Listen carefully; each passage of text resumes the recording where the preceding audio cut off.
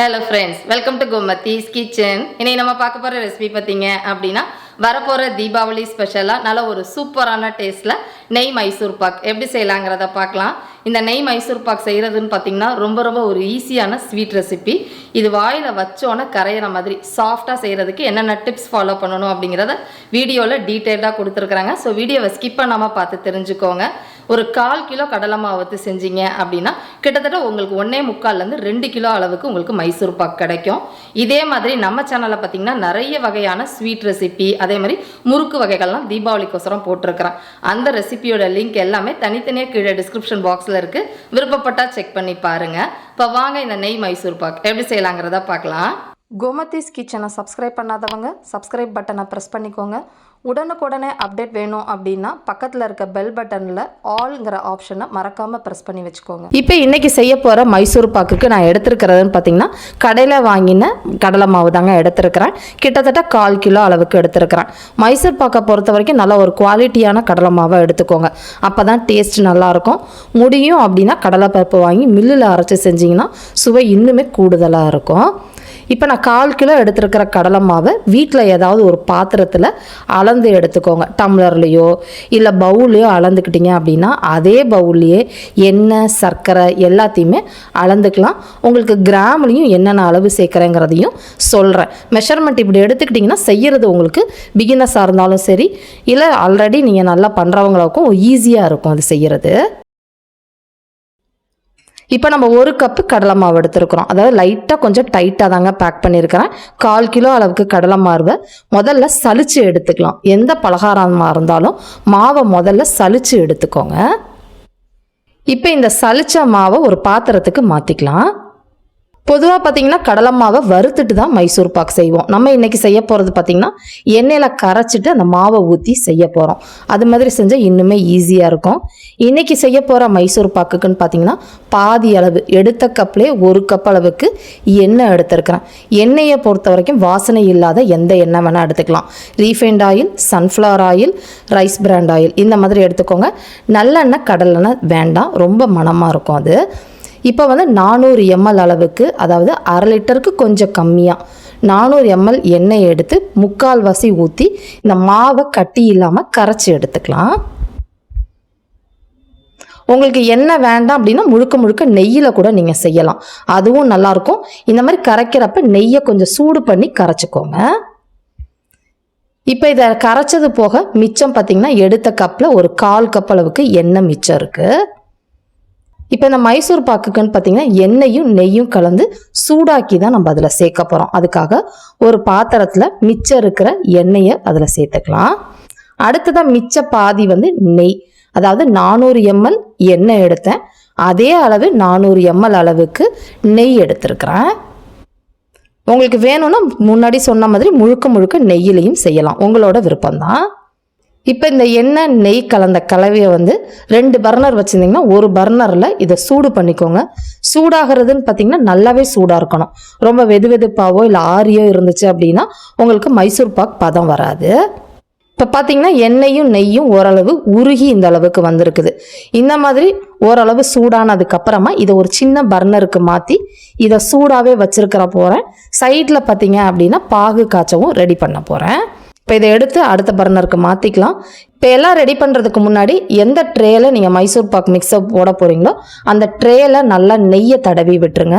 இந்த மாதிரி டீப்பான ட்ரேவாக எடுத்துக்கிட்டிங்க அப்படின்னா உள்ளே அந்த சூடு வெந்து அந்த ஒரு லேயர் கலர் உள்ளே இருக்கும் இல்லையா, அது வரும். ஃப்ளாட்டாக பர்ஃபி பிளேட்டில் எடுத்திங்கன்னா அந்த நிறம் உங்களுக்கு மாறாது.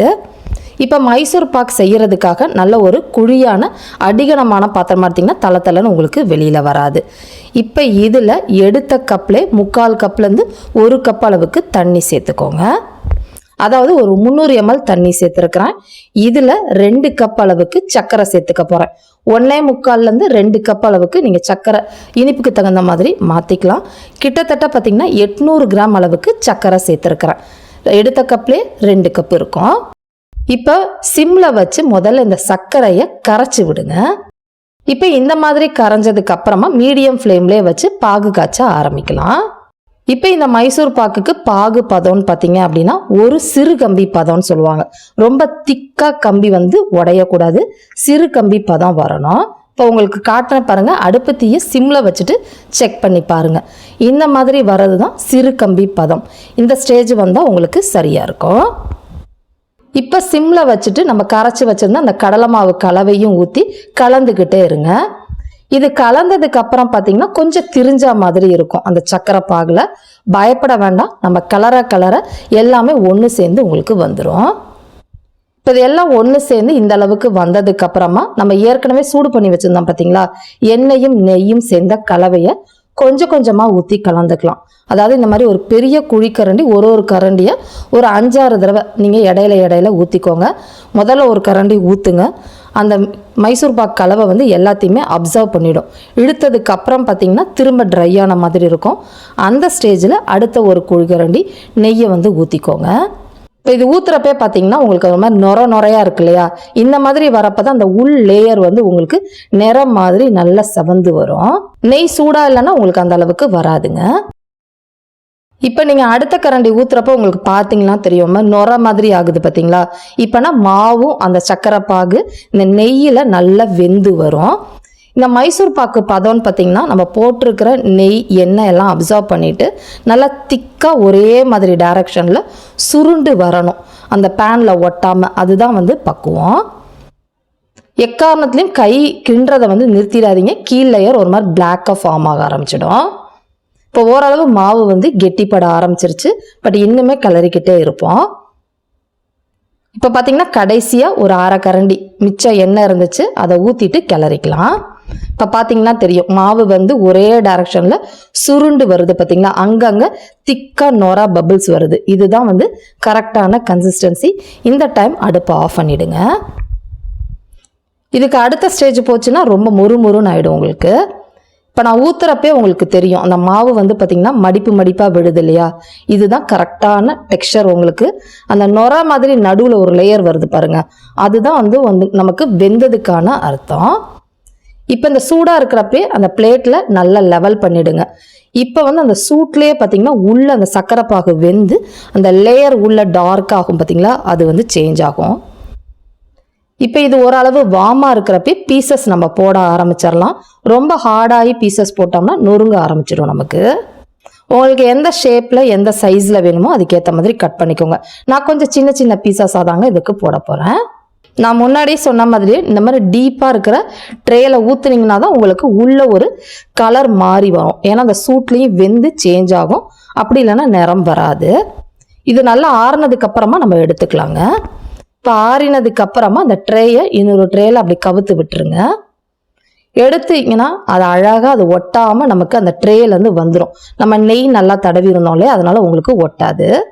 நம்ம மார்க்கு தான் வந்து ஷேப் பண்ணி விட்டுருந்தோம். இப்போ திரும்ப அதை கட் பண்ணி எல்லாத்தையும் ஒரே சைஸாக எடுத்துக்கலாம்.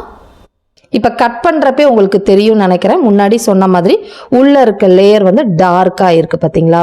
இதில் அந்த சூட்டில் வெந்ததுனால தான் உங்களுக்கு அந்த நிறமும் மாறி இருக்கு. டெக்ஸ்சரும் பாருங்களேன், மைசூர் பாக் டெக்ஸ்சர் உங்களுக்கு பர்ஃபெக்டாக வந்திருக்கு.